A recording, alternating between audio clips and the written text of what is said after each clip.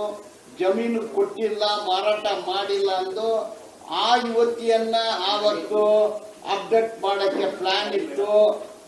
Identity mistake ಅಲ್ಲಿ ಸೌಜನ್ಯನೆಲ್ಲ ಕೊಂದ್ರು. ಅಂದ್ರೆ ಸುಮಾರು ಯುವತಿಯರು ಅತ್ಯಾಚಾರಕ್ಕೆ ಒಳಪಟ್ಟು ಕೊಲೆ ಆಗಿದ್ದಾರೆ. ಈಗ ಕಣ್ಣಾರೆ ಕಂಡ ಸಾಕ್ಷಿ, ಇಷ್ಟುವರೆಗೆ ಕಣ್ಣಾರೆ ಕಂಡ ಸಾಕ್ಷಿ ಇರಲಿಲ್ಲ. ಮೊಟ್ಟ ಮೊದಲು ಕಣ್ಣಾರೆ ಕಂಡ ಸಾಕ್ಷಿ ಅದನ್ನ ಬರಿಯಲ್ ಮಾಡಿರೋರು ಅವರು ಹೊರಗೆ ಬಂದು ಹೇಳಿದ್ದಾರೆ, ನಾನೇ ಬರಿ ಮಾಡಿದ್ದು, ನನ್ನ ಜೊತೆ ಇನ್ನೊಬ್ಬನು ಇದ್ದಾರೆ, ನಾವು ಇಬ್ಬರು ದಲಿತರು, ನಾವು ಪೌರ ಕಾರ್ಮಿಕರು, ಹೌಸ್ ಕೀಪಿಂಗ್ ವರ್ಕರ್ ಅಂತ ಹೇಳಿದ್ದಾರೆ. ಅದರಲ್ಲಿ 6 ತಿಂಗಳ ಮುಂಚೆ ಒಬ್ಬರು ತೀರ್ಕೊಂಡಿದ್ದಾರೆ. ಕಣ್ಣಾರೆ ಕಂಡ ಸಾಕ್ಷಿ ಒಬ್ಬರೇ. ಇದರಲ್ಲಿ ಪಾಯಿಂಟ್ ಏನಂದ್ರೆ FIR ದಾಖಲಾಗಿದೆ. ಇದು ಕನ್ಫೆಷನಲ್ ಸ್ಟೇಟ್ಮೆಂಟ್ ಕೂಡ ಕೊಟ್ಟಿದ್ದಾರೆ. ಅವರು ಅಪ್ರೂವರ್ ಆಗ್ಬೋದು, ಆರೋಪಿ ಆಗ್ಬೋದು, ಅಥವಾ ಸಾಕ್ಷಿ ಆಗ್ಬೋದು. ಈಗ ಡೆಡ್ ಬಾಡಿ ಇದೆ, ಅಲ್ಲಿ ಏನ್ ನಡೀತಾ ಇದೆ ಅಂದ್ರೆ ಇಷ್ಟು ಒಂದು ದೊಡ್ಡ ಪ್ರಕರಣದ ವಿಚಾರವನ್ನು ಒಂದು ಸಬ್ ಇನ್ಸ್ಪೆಕ್ಟರ್ಗೆ ಕೊಟ್ಟಿದ್ದಾರೆ. ಅವ್ರಿಗೆ ವಯಸ್ಸು 28. ಅವರು ಇವರನ್ನ ವಿಚಾರಣೆ ಮಾಡ್ತಾರೆ, ಹೊರಗೆ ಹೋಗಿ ಫೋನ್ ಮಾಡ್ತಾರೆ, ಎಲ್ಲಿಂದೋ ಇನ್ಸ್ಟ್ರಕ್ಷನ್ ಬರ್ತಾ ಇದೆ, ಮತ್ತೆ ವಿಚಾರಣೆ ಮಾಡ್ತಾರೆ. ಈ ರೀತಿ ನಡೀತಾ ಇದೆ.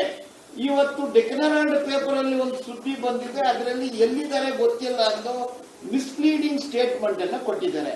ನಿಜ, ನಿನ್ನೆ ನಾವು ಮಾನ್ಯ ಮುಖ್ಯಮಂತ್ರಿಗಳನ್ನ ನೋಡಿ ಮನವಿ ಕೊಟ್ಟು ಅವ್ರ ಹತ್ರ ಬೇಡ್ಕೊಂಡ್ವಿ, ಸರ್ ಇಮಿಡಿಯೇಟ್ಲಿ ಕಾನ್ಸ್ಟಿಟ್ಯೂಟ್ ಮಾಡಿ ಸ್ಪೆಷಲ್ ಇನ್ವೆಸ್ಟಿಗೇಷನ್ ಟೀಮು.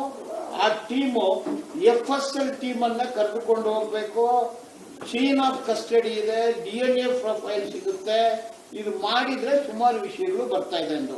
ಇದು ದೊಡ್ಡ ಒಂದು ಕೊಲೆ ಪ್ರಕರಣ. ಇದು ಇಡೀ ದೇಶದಲ್ಲಿ 106 ಕೊಲೆಗಳು, 367 ಯುವತಿಯರಿಗೆ ಕಾನೆ, ಕೊಲೆ, ಅತ್ಯಾಚಾರ, ಹಿಂಸಾಚಾರ, ಬರಿಯಲು, mass murder, mass rape, mass burial.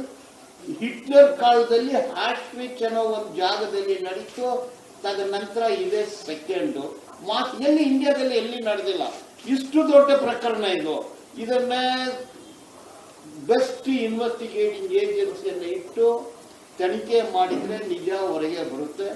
ಇವತ್ತು ಅನನ್ಯ ಭಟ್ ಅವರ ತಾಯಿ ಹೇಳ್ತಾರೆ ಪೇಪರ್ ಅಲ್ಲಿ, ಅದು ಎಕ್ಸ್ಯೂಮ್ ಮಾಡಿದ್ರೆ ನನ್ನ ಮಗಳದು ಶವ ಸಿಗುತ್ತೆ ಅಂತ ಅಮ್ಮ ಹೇಳ್ತಾರೆ. ಸ್ಕೆಲೆಟನ್ ಸಿಕ್ಕಿದ್ರೆ ನನ್ನ ಮಗಳದೇ ಸಿಗುತ್ತೆ ಅಂತ ಹೇಳ್ತಾರೆ. ಇವತ್ತು ಪೇಪರ್ ಅಲ್ಲಿ ಬಂದಿದೆ. ಅನನ್ಯ ಭಟ್ ತಾಯಿ, ವೇದವಲ್ಲಿ ತಾಯಿ, ಪದ್ಮಲತಾ ತಾಯಿ, ಸೌಜನ್ಯ ತಾಯಿ, 367 ವರ್ಷದ ತಾಯಿಗಳು, ಅವ್ರ ಕುಟುಂಬ, ಇಡೀ ಸ್ಟೇಟ್.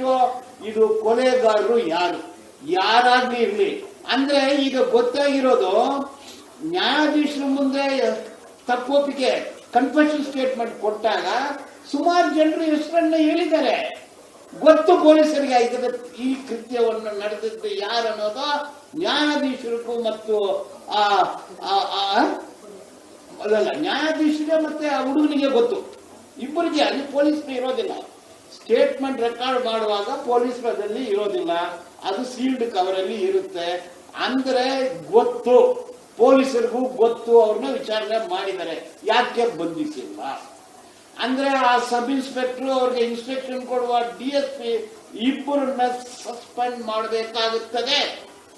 ಅಲ್ಲಿರೋ ಡಿಸ್ಟ್ರಿಕ್ಟ್ ಪೊಲೀಸ್ ಅಡ್ಮಿನಿಸ್ಟ್ರೇಷನ್ ಟ್ರಾನ್ಸ್ಫರ್ ಮಾಡಬೇಕಾಗುತ್ತದೆ. ಪೊಲೀಸರು, ಲಾ ಕೀಪರು, ಲಾ ಮೇಕರು, ಲಾ ಬ್ರೇಕರು ಎಲ್ಲ ಸೇರ್ಕೊಂಡು ಇಡೀ ಒಂದು ರಾಜ್ಯಾಂಗವನ್ನ ಧರ್ಮಸ್ಥಳದಲ್ಲಿ ನಡೆಸ್ತಾ ಇದ್ದಾರೆ. ಆ ರಾಜ್ಯಾಂಗಕ್ಕೆ ಯಾರು ಹೊಣೆಗಾರರು, ಅವ್ರು ಎಲ್ಲರ ಮೇಲೆ ಕೂಡ ಕ್ರಮ ಜರುಗಿಸಬೇಕು ಅಂತ ಇವತ್ತು ನಾವು ಈ ಪ್ರೆಸ್ ಮೀಟ್ಗೆ ಬಂದಿದ್ವಿ. ಕರ್ನಾಟಕ ಜನರು, ಪ್ರೋಗ್ರೆಸಿವ್ ಇಂಡಿವಿಜುವಲ್ಸ್, ಪಕ್ಷಗಳು, ಎಲ್ಲಾ ಪಕ್ಷಗಳು ಸೇರಿ ಭಾರಿ ದೊಡ್ಡ ಆಂದೋಲನ ನಡೆಸಬೇಕಾಗುತ್ತದೆ. ಇಂಥ ಒಂದು ಪ್ರಕರಣ ಇಡೀ ದೇಶದಲ್ಲಿ ನಡೆದಿಲ್ಲ. ಅಷ್ಟೊಂದು ಗಂಭೀರ ಸ್ವರೂಪದ ಒಂದು ಕೃತ್ಯ ಇದು. ಇದನ್ನ ಎಲ್ಲಾ ಮಟ್ಟದಲ್ಲಿ ತೆಗೆದುಕೊಂಡು ಹೋಗ್ಬೇಕು, ಹೋರಾಟನೂ ನಡಿಬೇಕು, ತನಿಖೆ ಆಗಬೇಕು. ಒಂದು supreme court sitting judge or retired judge of supreme court or sitting or retired judge of Karnataka high court monitor ಮಾಡಿದ್ರೆ ನ್ಯಾಯ ಸಿಗುತ್ತದೆ, ನಿಜ ಹೊರಗೆ ಬರುತ್ತದೆ ಎಂದು ಈ ಪ್ರೆಸ್ ಮೀಟ್ ಮಾಡ್ತಾ ಇದ್ವಿ. ಇಷ್ಟೊಂದು ಅವಕಾಶ